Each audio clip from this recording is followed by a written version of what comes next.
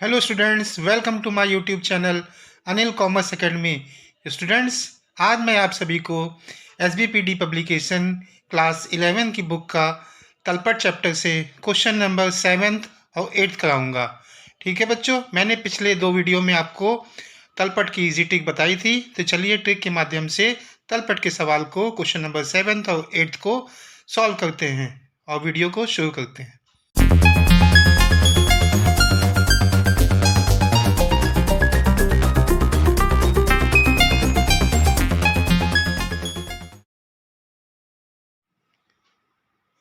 चलिए बच्चे, question number 7 को सॉल्व करते हैं। एसबीबीडी पब्लिकेशन की बुक का क्वेश्चन नंबर 7 तलपट का। सबसे पहले बच्चों देखिए, पूंजी ये है आपका गलत बनाए गए तलपट से सही तलपट तैयार करना। इन्होंने तलपट बनाया तो है और दोनों पक्षों का योग भी मिल रहा, लेकिन बैलेंस किसी का डेबिट का क्रेडिट कर दिया, क्रेडिट का डेबिट कर दिया। तो बच्चों हम लोग को इसको क्या करना है, गलत बनाए गए तलपट से सही तलपट तैयार करना हम लोग को। ठीक है, तो निम्नलिखित गलत तलपट से सही तलपट तैयार कीजिए। तो पूंजी बच्चों दे रखी है आपकी, कितनी पूंजी दे रखी है बच्चों यहाँ पर 2250। देखिए पूंजी बच्चों दे रखी 2250। अब पूंजी बच्चों लाइबिलिटीज होती है, इसका बैलेंस कहाँ लिखना चाहिए था, क्रेडिट, उन्होंने डेबिट साइड लिखा है। तो इसके बैलेंस को हम लोग कहाँ लिख दे, तो देखिए पूंजी के बैलेंस को हमने कहाँ लिख दिया, कैपिटल क्रेडिट साइड में लिख दिया। ठीक है, क्योंकि पूंजी एक दायित्व होती है बच्चों, लाइबिलिटी होती है। लाइबिलिटी का बैलेंस मैंने पिछले 2 वीडियो में आपको बताया था ट्रिक के माध्यम से कि एसेट्स एक्सपेंसेस लॉसेज के बैलेंस डेबिट होते हैं और इनकम प्रॉफिट गेन यानी लाइबिलिटीज़ के बैलेंस क्या होते हैं, क्रेडिट। तो पूंजी एक लाइबिलिटीज़ होती है बेटा, तो इसका बैलेंस क्रेडिट साइड में लिखना चाहिए। ठीक है, तो हमने लिख दिया इसको। अब दूसरा क्या क्या है इसमें, विक्रय। विक्रय का बैलेंस क्रेडिट होता है, इन्होंने क्रेडिट में लिखा है। चलिए हमने विक्रय को सेल्स को यानी क्रेडिट में लिख दिया, जैसे इन्होंने लिखा था वैसे लिख दिया, क्योंकि सेल्स का बैलेंस हमेशा क्रेडिट होता है। ठीक बच्चों, फिर इन्होंने दिया था वेतन और किराया। वेतन और किराया का नेचर होता है बच्चों, ये एक्सपेंसेस होता है बिजनेस का, और एक्सपेंसेस हमेशा डेबिट बैलेंस होता है। और इन्होंने कहाँ लिखा है, देखिए क्रेडिट साइड। तो हम लोग इसको कहाँ लिख दें, डेबिट साइड लिख दें, सही कर दे इसको। तो देखिए हम लोगों ने वेतन और किराए को डेबिट बैलेंस कर दिया। ठीक है बच्चों, ये गलत दिया था किताब में, लेकिन हमने इसको अब सही कर दिया। अब बच्चों ये दे रखा है आपका क्वेश्चन नंबर 7 में ओपनिंग स्टॉक। अब बच्चों बहुत ध्यान से देखिएगा, जब किसी भी तलपट के सवाल में ओपनिंग स्टॉक, क्लोजिंग स्टॉक और कॉस्ट ऑफ गुड्स सोल्ड ये तीनों दे रखे हों, बहुत ध्यान से बच्चों देखिएगा, अगर तलपट के किसी सवाल में ओपनिंग स्टॉक, क्लोजिंग स्टॉक और कॉस्ट ऑफ गुड्स सोल्ड दिए हों, तो इन तीनों में ओपनिंग स्टॉक को बिल्कुल भी नहीं दिखाया जाएगा। ठीक है, और क्लोजिंग स्टॉक और कॉस्ट ऑफ गुड्स सोल्ड को डेबिट साइड में लिखाया जाएगा, ये बहुत ध्यान रखिएगा। तो ओपनिंग स्टॉक को नहीं दिखाया जाएगा, तो देखिए ओपनिंग स्टॉक को हमने कट्टुम कर दिया, इसको नहीं दिखाया जाएगा। इन्होंने दे रखा है लेकिन नहीं दिखाया जाएगा। ठीक है, अब मशीनरी का बैलेंस बच्चों, मशीनरी का बैलेंस देखिए 1250 डेबिट इन्होंने लिखा है, सही लिखा है, तो 1250 हम लोग भी मशीन के बैलेंस को डेबिट साइड में लिख दिया 1250। अब दूसरा ये देखिए बच्चों, लेनदार। लेनदार का बैलेंस क्या है, क्रेडिट बैलेंस इन्होंने सही लिखा है, तो हम लोगों ने भी देखिए लेनदार को क्रेडिट साइड में लिख दिया। ठीक है, अब आगे देखते हैं बच्चों, लेनदार। लेनदार आपका जो है 750 इन्होंने सही लिखा था। देनदार एसेट्स होती बच्चों, और देनदार का बैलेंस होना चाहिए था डेबिट साइड में लिखना चाहिए था, और इन्होंने कहाँ लिखा है 1500 को क्रेडिट साइड में। तो चलिए हम लोग इसको सही कर लेते हैं। तो देनदार को हम लोगों ने डेबिट साइड लिख लिया, इसको सही कर लिया।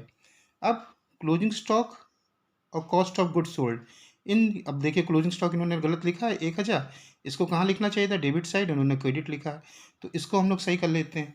तो क्लोजिंग स्टॉक को भी बच्चों हमने डेबिट साइड में लिख लिया। ठीक है, अब कॉस्ट ऑफ गुड्स सोल्ड ये भी डेबिट साइड में लिखी जाएगी, तो देखिए इन्होंने लिखी डेबिट साइड में, तो हम लोग भी लिख लेते हैं डेबिट साइड। ठीक है बच्चों, तो ये जो इन्होंने गलत तलपट दिया हुआ था, अब हम लोगों ने सही तलपट बना लिया है। अब सही तलपट बना लिया तो हम लोग टोटल भी देख लेते हैं, दोनों का इक्वल आना चाहिए। तो डेबिट साइड का बच्चों हमने टोटल किया 500, 1250, 1500, 1000, 3750, इन सबको बच्चों जोड़ा है तो आगा 8000। ठीक, 2250, 5,000 और 750 को जोड़ा है, आ गया 8,000। तो देखिए हम लोगों ने तलपट को सही कर लिया, दोनों का बैलेंस क्या आ गया है 8,000 8,000। तो देख लेते हैं सवाल का आंसर सही है कि नहीं तलपट का। ये देखिए क्वेश्चन नंबर 7 का टोटल ऑफ ट्रायल बैलेंस कितना है 8,000। तो हम लोगों ने इस गलत तलपट को बच्चों सही कर लिया। तो क्वेश्चन नंबर 7 बच्चों हम लोग का हो गया है। तो चलिए अब क्वेश्चन नंबर 8 को सॉल्व करते हैं। चलिए बच्चों क्वेश्चन नंबर 8 करते हैं हम लोग। क्वेश्चन नंबर 8 कह रहा है निम्नलिखित तलपट सही नहीं है, यानी इनकरेक्ट है। एक सही तलपट बनाइए। The following trial balance is not correct, prepare correct trial balance. इसमें बच्चों देखते हैं खातों के नाम।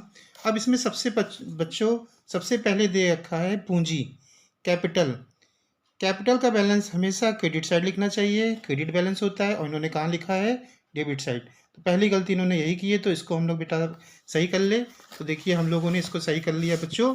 कहाँ लिख दिया इसको, क्रेडिट बैलेंस, हमने इसको क्रेडिट साइड में लिख दिया। ठीक है बच्चों। अब सेल्स, सेल्स इन्होंने क्या लिखा है बच्चों, सेल्स इन्होंने क्रेडिट साइड में लिखा है 10,000 रुपये, सही लिखा है। तो चलिए हम लोगों ने सेल्स को भी 10,000 क्रेडिट में लिख दिया। अब तीसरा इन्होंने दिया है वेतन एवं किराया। वेतन एवं किराया बच्चों कितना है 1,000 रुपये। ये एक्सपेंसेस है, लेकिन उन्होंने देखिए क्रेडिट साइड लिखा है, तभी तो इनका गलत आ रहा है। तो इस 1,000 को जो इन्होंने गलत साइड लिखा है क्रेडिट में, इसको हम लोग सही कर ले बच्चों। कहाँ लिख दे, डेबिट साइड में लिख ले। तो देखिए हमने वेतन एवं किराए को डेबिट साइड में लिख लिया, सही कर लिया इसको। अब फिर बच्चों देखिए इसमें दिया ओपनिंग स्टॉक। अब देखिए अभी 7 में भी सेम यही आया था। अगर ओपनिंग स्टॉक, क्लोजिंग स्टॉक और कॉस्ट ऑफ गुड्स सोल्ड ये तीनों दे रखे हों, तो ये दोनों लिखे जाएंगे, वो भी डेबिट साइड में बच्चों।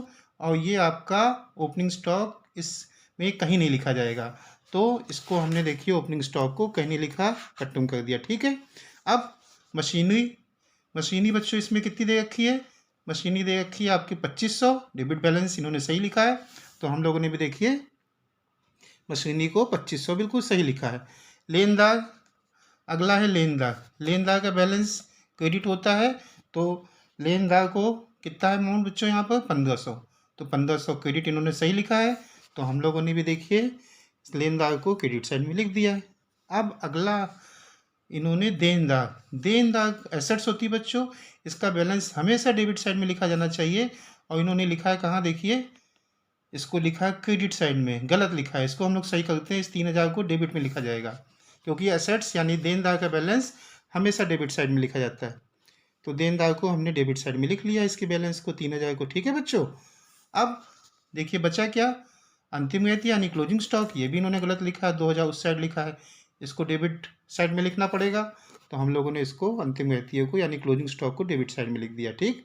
और कॉस्ट ऑफ गुड सोल्ड दे रखी थी 7500, तो देखिए बच्चों ये डेबिट साइड लिखी थी, सही लिखा इन्होंने। तो हमने भी कॉस्ट ऑफ गुड सोल्ड को कहाँ लिख लिया, डेबिट साइड में।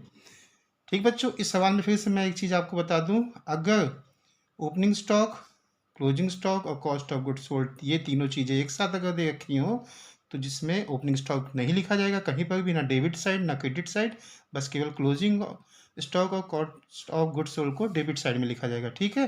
तो क्वेश्चन नंबर 8 को हम लोग ने सही कर लिया।